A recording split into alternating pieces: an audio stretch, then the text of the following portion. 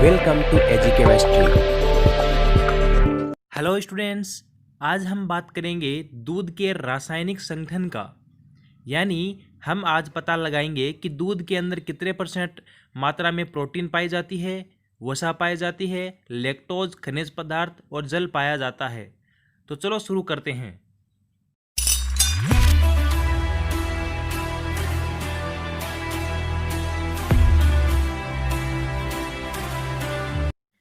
इससे पहले वाली वीडियो में हमने दूध की परिभाषा के बारे में बात की थी तथा दूध के अवयव के बारे में बात किया था। आज हम बात करेंगे दूध के संगठन के बारे में। तो सबसे आप पहले हेडिंग डाल लीजिए कंपोजिशन ऑफ मिल्क या दूध का संगठन। दूध क्या है? दूध के अंदर मुख्य रूप से जल, वसा, प्रोटीन, लैक्टोज, खनिज पदार्थ, विटामिन्स एवं एंजाइम्स पाए जाते हैं। लेकिन सभी स्तनधारियों में दूध के अंदर इनकी मात्रा जो अलग अलग होती है तथा पशुओं के नस्ल के अनुसार बदलती रहती है, क्योंकि सभी पशुओं के अंदर इन संगठन की मात्रा एक समान नहीं होती है। तो किन किन पशुओं के अंदर कौन कौन से वसा, प्रोटीन और खनिज पदार्थ होती हैं, कितनी इनकी मात्रा पाई जाती है, उनको हम पढ़ते हैं। तो सबसे पहले आप इस प्रकार से एक चार्ट या सारणी बना लें ताकि हमें याद करने में थोड़ी आसानी रहे। शुरू करते हैं। सबसे पहला पशु हम लेते हैं गाय। सबसे पहले इन पशुओं की हम जातियों को जानेंगे और इसके बाद हम इनकी एक एक करके वसा की मात्रा को, प्रोटीन की मात्रा को, वसा रहित ठोस पदार्थ यानी इसका मतलब है एसएनएफ, सॉलिड नॉट फैट, और दुग्धम के बारे में यानी लैक्टोज है। और अगले पढ़ेंगे खनिज पदार्थ और आगे हम पढ़ेंगे जल। बात करते हैं गाय। गाय के दूध के अंदर जो वसा की मात्रा होती है 4.14 होती है, जबकि भैंस के दूध के अंदर जो वसा होती है वो होती है 7.38। इसके बाद हम बात करेंगे बकरी के दूध में जो वसा या फैट होता है वो होता है 4.25, और भेड़ के अंदर जो दूध होता है 7.90। ऊँटनी के दूध के अंदर होता है 5.38, और गधी के जो दूध होता है उसके अंदर वसा की मात्रा होती है 2.53। घोड़ी होती है उसके दूध के अंदर होता है 1.59। यानी बात करें तो सबसे ज़्यादा जो वसा होती है वो भेड़ के दूध के अंदर और भैंस के दूध के अंदर पाई जाती है। भेड़ के जो दूध है उसके अंदर वसा की मात्रा होती है 7.90, जबकि भैंस के अंदर जो दूध के अंदर जो वसा की मात्रा होती है वो होती है 7.38। सबसे ज़्यादा इन तीन पशुओं का जो महत्वपूर्ण है वसा की मात्रा वो याद कर लेना। इसके बाद हम बात करते हैं प्रोटीन की। गाय के दूध के अंदर जो प्रोटीन की मात्रा होती है वो होती है 3.58, जबकि भैंस के दूध के अंदर जो प्रोटीन होती है वो होती है 3.60। कोई ज़्यादा अंतर नहीं है, लगभग समान मात्रा में प्रोटीन पाया जाता है। इसके अलावा बकरी का जो दूध होता है उसके अंदर जो प्रोटीन की मात्रा होती है वो होती है 3.52, और भेड़ के अंदर जो सबसे प्रोटीन की मात्रा वो होती है 5.23, जो सबसे ज़्यादा होती है। यानी भेड़ के दूध के अंदर जो प्रोटीन की मात्रा होती है वो सबसे ज़्यादा होती है अन्य पशुओं की अपेक्षा। आगे हम बात करते हैं ऊँटनी के दूध के अंदर जो प्रोटीन होता है वो होता है 2.98।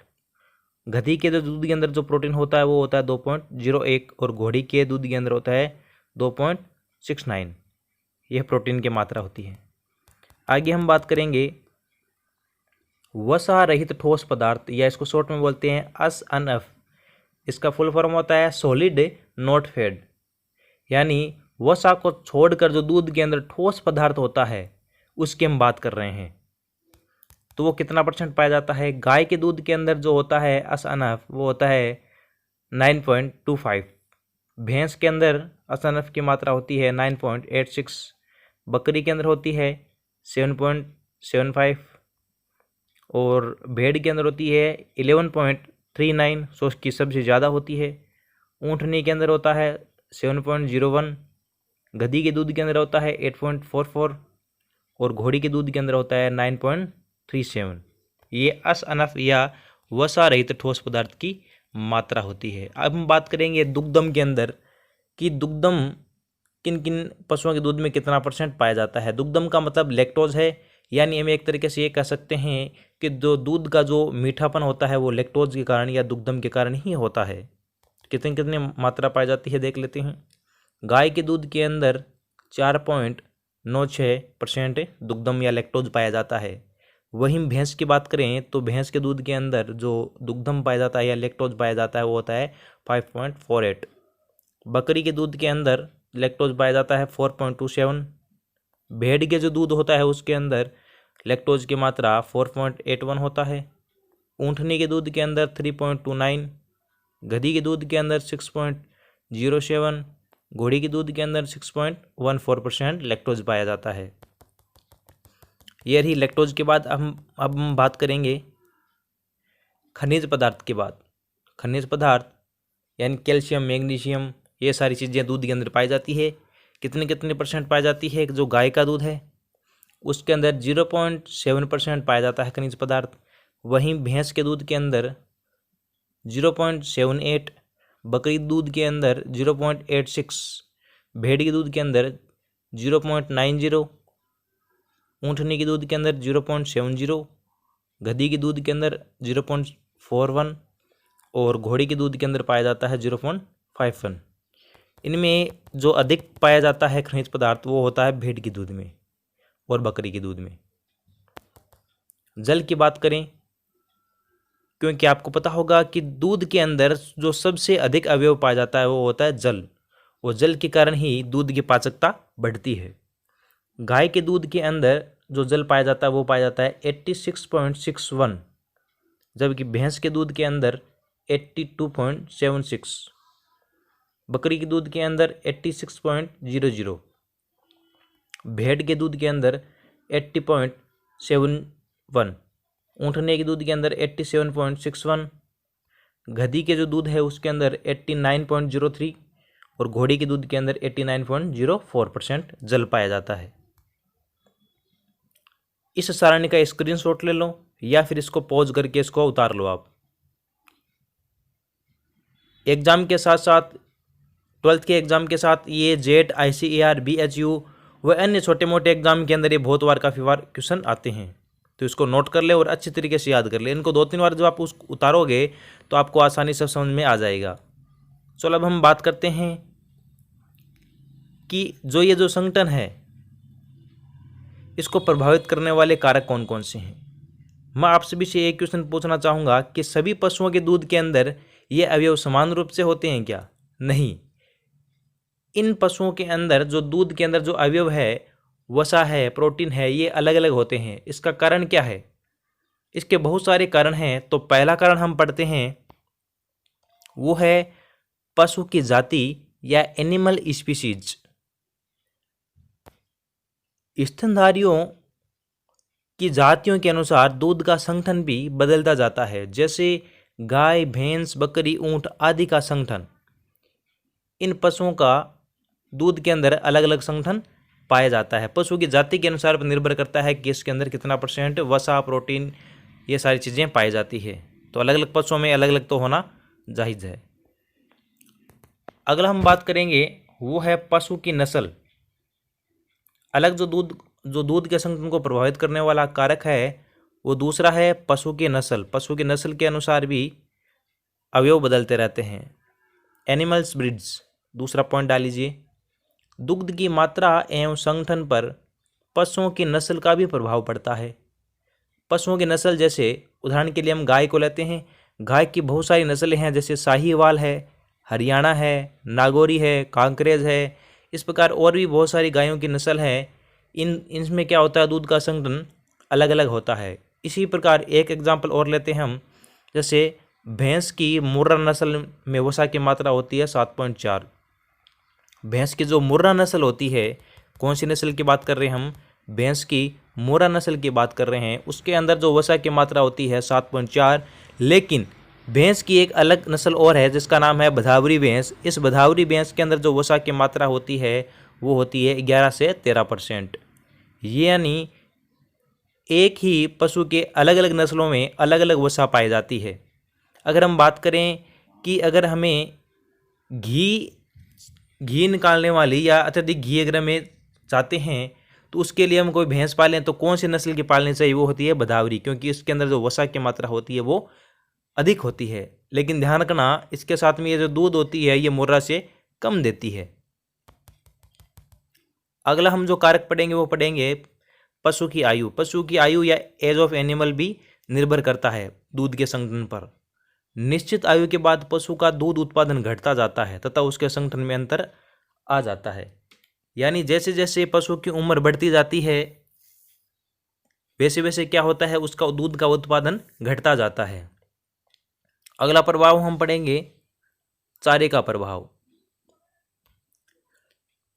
4 नंबर हेडिंग डाल लीजिए, चारे का प्रभाव। पशु को दिए जाने वाले चारे से दूध में संगठन पर काफ़ी प्रभाव पड़ता है।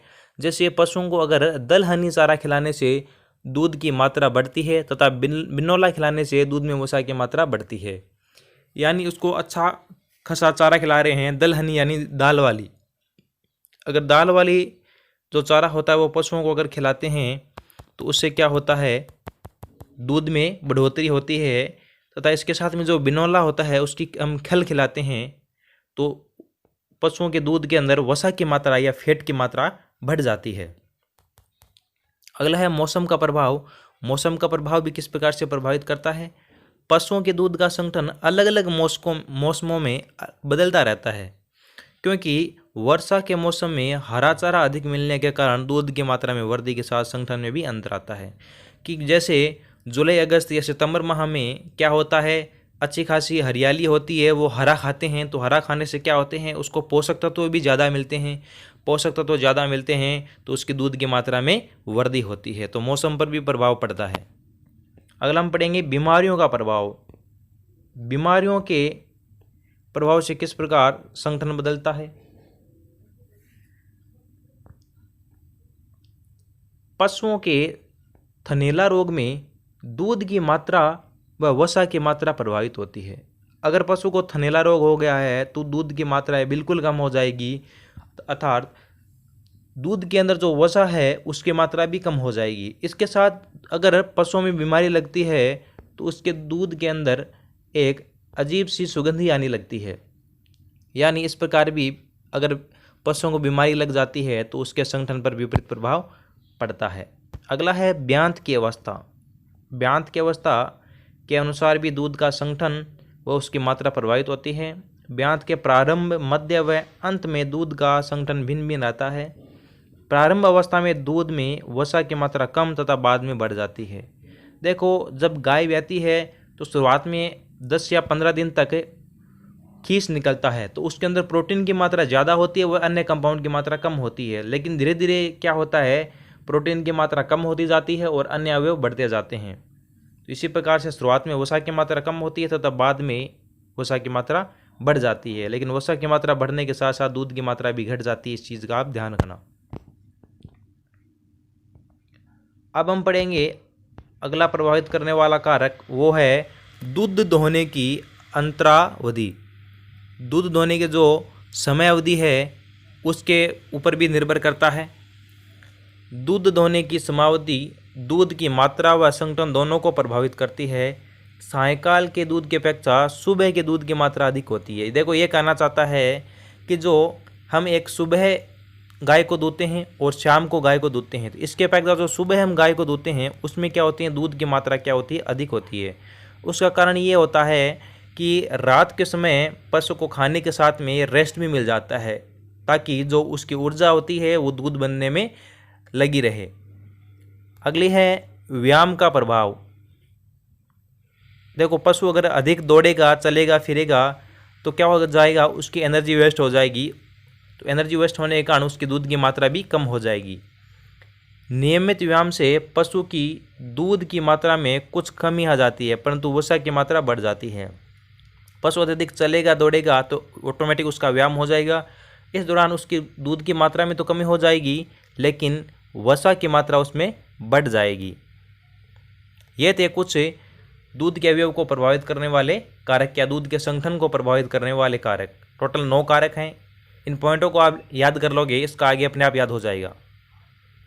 अब हम पढ़ते हैं दूध के कुछ भौतिक गुण के बारे में। बहुत ही इंटरेस्टिंग भौतिक गुण है इसके, और हर एग्ज़ाम में आते हैं। बेसिक क्वेश्चन है, छोटे छोटे क्वेश्चन हैं, बहुत काम आएंगे आपके। आपको पता होगा दूध का जो सफ़ेद रंग होता है वो केसीन नामक प्रोटीन के कारण होता है। जी हाँ, दूध का जो सफ़ेद रंग होता है वो केसीन के कारण ही होता है। इसके अलावा दूध को जब गर्म करते हैं, गर्म करने के बाद दूध हल्का पीला रंग ले लेता है। गर्म करने के बाद दूध का रंग हल्का पीला हो जाता है। वो किसके कारण होता है? वो होता है कैरोटीन के कारण। कैरोटीन के कारण दूध का पीला रंग हो जाता है। सफ़ेद रंग किसके कारण होता है? कैसीन के कारण। पीला रंग होता है कैरोटीन के कारण। अब चलते हैं, जो दूध का स्वाद होता है वो लैक्टोज के कारण मीठा होता है। दूध का जो हल्का मीठा स्वाद होता है वो लैक्टोज के कारण ही होता है। गाय के दूध का अपेक्षित घनत्व होता है 1.028, जबकि भैंस के दूध का अपेक्षित घनत्व होता है 1.032। इसके अलावा जल का अपेक्षित घनत्व कितना होता है? 1। जल का अपेक्षित घनत्व होता है 1।